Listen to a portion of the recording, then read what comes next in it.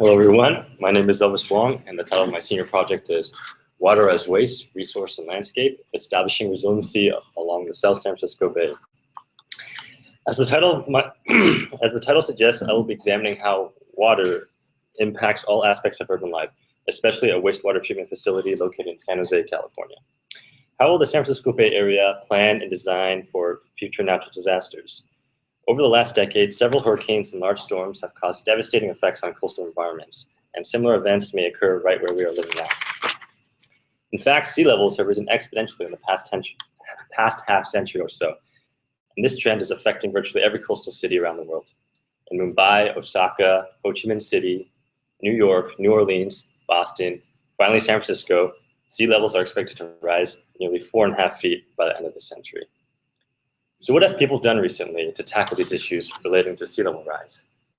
After Superstorm Sandy, researchers, designers, planners, business owners, policymakers, and community members gathered together to brainstorm new and innovative ideas for the Sandy-struck regions of New York and New Jersey.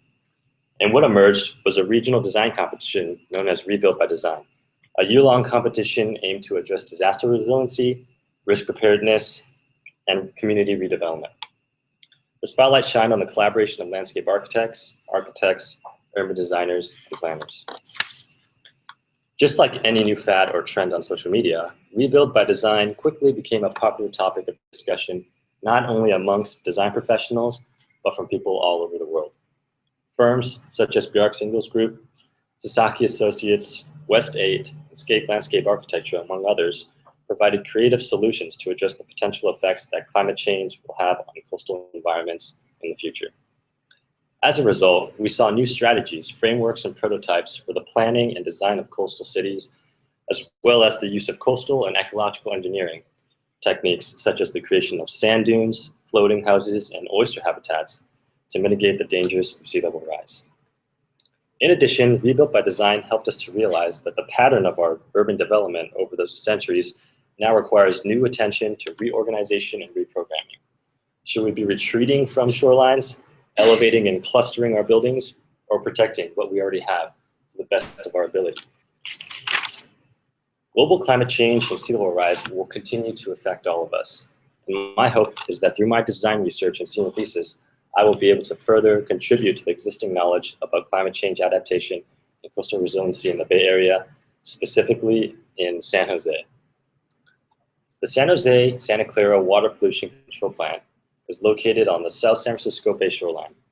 Currently the largest wastewater treatment facility in the Western United States, the plant treats municipal wastewater for nearly 1.5 million people in 8 cities throughout Santa Clara County.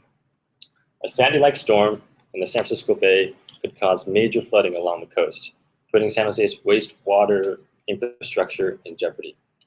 The treatment facility could experience saltwater contamination, machinery could be heavily damaged, and sewage lines servicing all those people in the region could overflow and become backed up.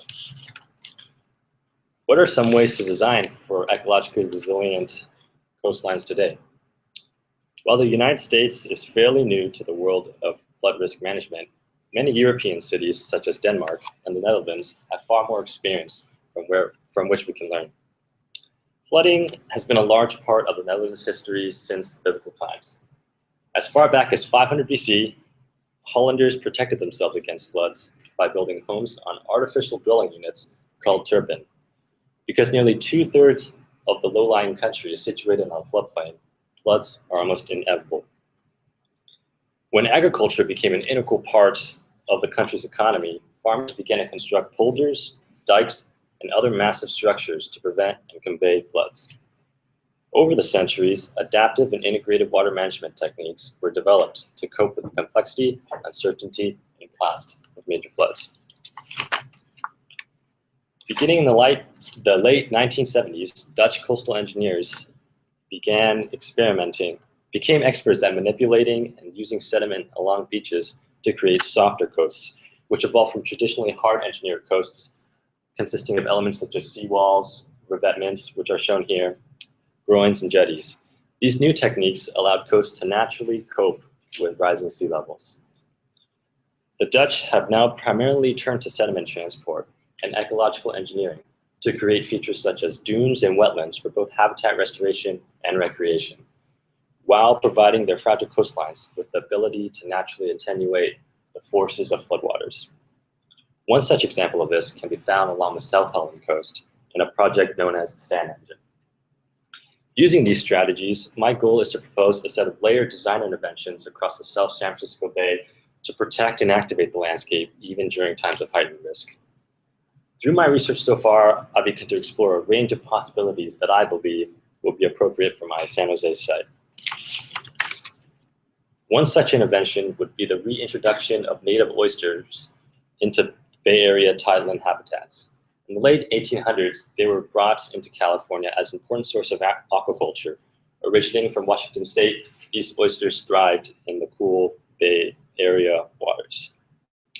Another intervention would be to restore a system of tidal salt marsh and wetlands on currently existing commercial salt harvesting ponds as a network of ecosystems that will ultimately attract users to the site and educate them about integrated wastewater treatment and ecological processes.